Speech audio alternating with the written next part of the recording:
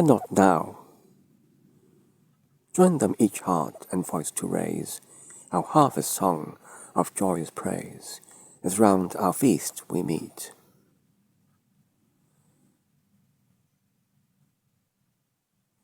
Thus Frank Bignol. Mae yfariad drwg am plith rhai o amaethwyr Cymru ang yswllt ac anrhyddadu diogaliad llafur ac yn heiaf, I ddidosrwydd, adweiniad yr yfariad ac eferion ati gan bobl mon dan y teitl boddi'r cynheiaf, cesglir yr gweision y morhynion a chai cyfellion angyd I fwyta ac ifed ar diwedd y fynech yw meddwdod terfysg ac anfoesoldeb. Nid oes dim mwy rhesymol nag I dynion cael rhyw bleser ac adloniant ar ôl llafur, caled ac yn heiaf, ond dylid cysyllu difyrwch am osoldeb a pleser a diolchgarwch i'r hwn sydd yn rhodi had i'r hawr a bara i'r bwytawr. Y mae dosbarth arall gwahanol i'r amaethwyr a gadwand y debod a foddi'r cynheiaf, dosbarth crefydol a gydaliad gyfarfod gweddi a mawl yn ei hamaethdau ar diwedd y cynheiaf. Y mae gennym y parch mwyaf drelwyr i'r dosbarth hwnnw, ac fel chreol cyffredin y maent yn hollol diestr o'r anghyfreidwyr am pleser anianyddol i'w llafurwyr, heb feddwl fod yn rhaid idyn cael adloniad corfforol a meddyliol cyn y gallfor yn dedwydd na defnyddiol. Pobryd y daw yn all dosbarth I ganfod niwed a ffacadwrthrydd, cyfeddach a therfysg, boddi'r cynheiaf a'r dosbarth arall I deall y dimynoldeb o wneud diwedd y cynheiaf yn aclythiad diferwch angastal a diolchgarwch, I gysylltu mwyniant a diletswydd.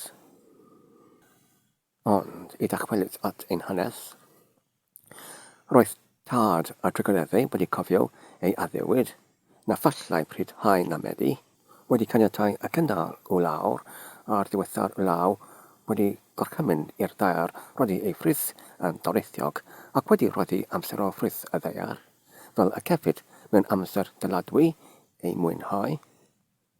Roedd amaethwr tan y mynydd y fferm agosaf i'r plas uchaf yn un o'r rhai hynny a eferynd foddi'r cynheiaf, ac ar diwedd y tymor dorethiog y cyferwyd ato, roedd gwledda a cyfeddach mwy nac arferol ar ei fferm, gwahoddodd am ryw gyfellon yn gystal â'i wynedogion I gyfrannogi o'r difyrwch, rydodwyd areithiau, efwyd llwnc destunau a gandwyd caniadau crychwenus a clywyd y bantlefau yn atenio cerig ateb yfrol. A pha beth bynnag am foddi'r cynheiaf fe foddodd am ryw y noson honno, yn chwarae gyda diodydd meddwl. Dyna gybylwg o'r aferiad sydd yn rhy fynech yn ein gwlad. Taflwn drem eto ar olygfar ac y dymunem ei weled yn fynechach. Deied y darllenydd gyda ni at y plas uchaf. Roedd gysgod Llydan, hen derwyn, hybarch yn raddol gynyddu tra yn gorwedd at draws llwybr o sofl gwyn. O'r hwn oedd wedi ei llyfnhau yn esbwyth gan sanged llawer o draed ar ei frigiau cras. Roedd y cae yn un eang, gwastad, yn cael ei amgylchu ar ein llaw gan fryn lledais, dan arth o deri ac yn, yr llaw arall gan dant dafriog, y choediog, hoff gyrchfan plant a plwydd a'r bererindod I hel nythod adar neu gasglu mwyad dion, a'r gyfran arall ohono yn cael ei gwarchod gan y môr fawr Llydan. Ac roedd yma ac acw hyd y cae, goed o amryw faintioli ac oedran, mewn un man, boncif hen gwaeden, bachiachaeth, gyda acedig ysbrigau gwrddion yn ymdarthu ohoni, fel plant eddyl heinaid, gwedill egwan hen ynni grymus. Yn y fan arall, tern coediog o gyfnod diweddarach.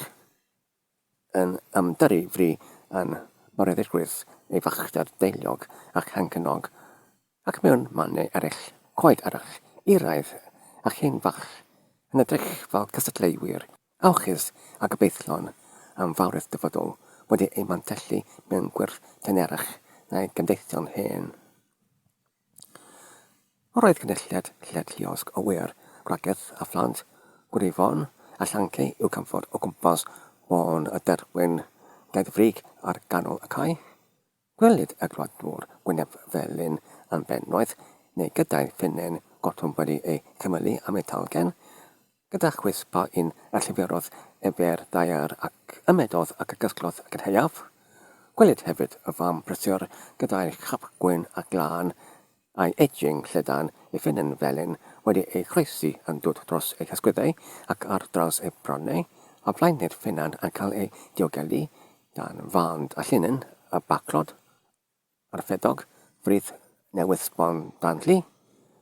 Yno roedd yr honglanc ifanc cryf a heinif yn ymfachio yn ffodus oherwydd ei dachryfiad diweddar i blídd y dosbarth cryfach o Llafurwr, a'r enedd fywiog yn cyrbaru rhyfedu y bechiau y lofnod hi gydag eithel ei cydloffesau ifanc, ac yno hefyd yr oedd iacetyd ei holl raddau i lawr at y baban signo i gyd wedi ymgasglu i fwynhau gwyledd diwedd y gynheuaf yn ôl lill diwegedig Mr Owen o gynnal y gyfryw wyledd.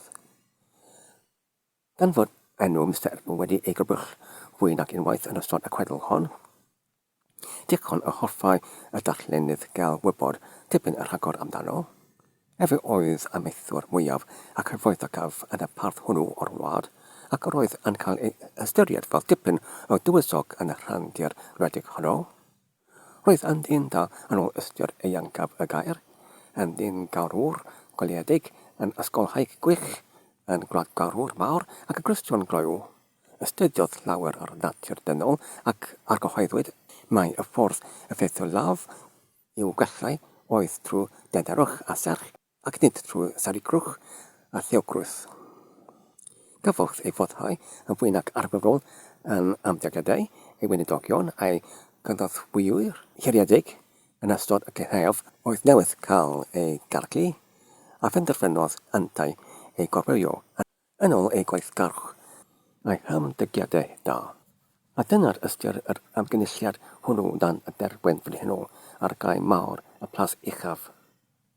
Pan oedd y byrddau yn gafrydd wedi ei hilio ac ymbordd helaeth lawn a sylweddol, a phawb yn barod i'w uneithi'r bwb cyfiawnder a'r bwydydd, gwelwyd dau ddyn yn dynesu at y lle, a derchfodd y bobl floedd croesaw gar pan welsant mae Mr Owen oedd yn dyfod gyda rhyw gyfach.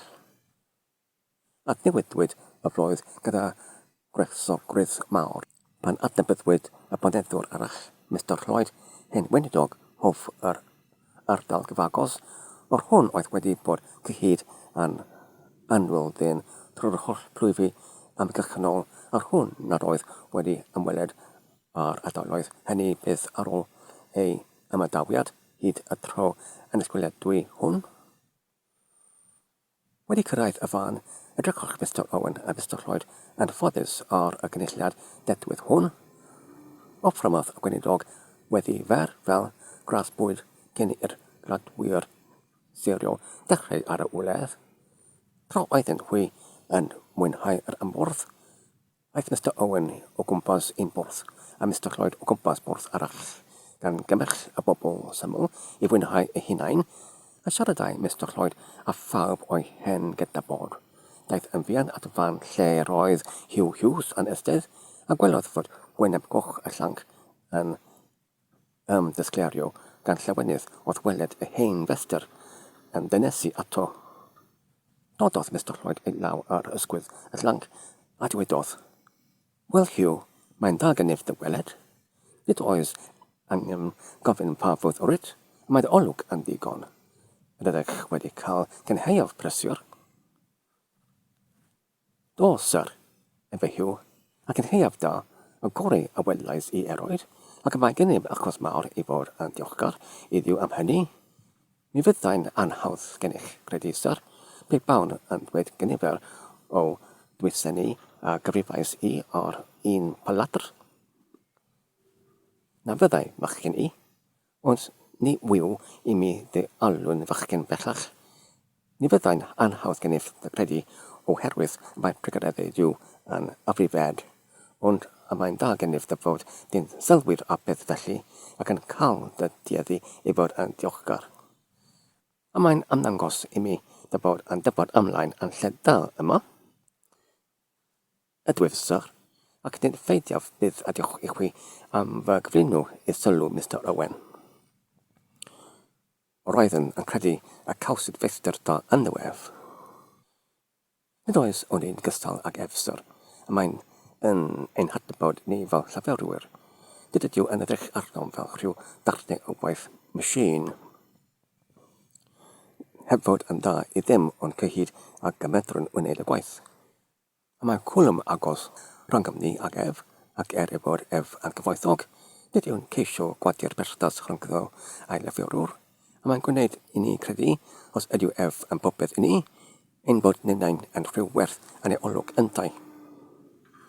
Gwyn fyd na fyddai amaethwyr Cymru yn gyffredinol yn fwy debyg iddo. Gan gofio ni glywais Mr Owen yn diwedd dy fod di wedi cael tipyn o godiad ganddo diweddar.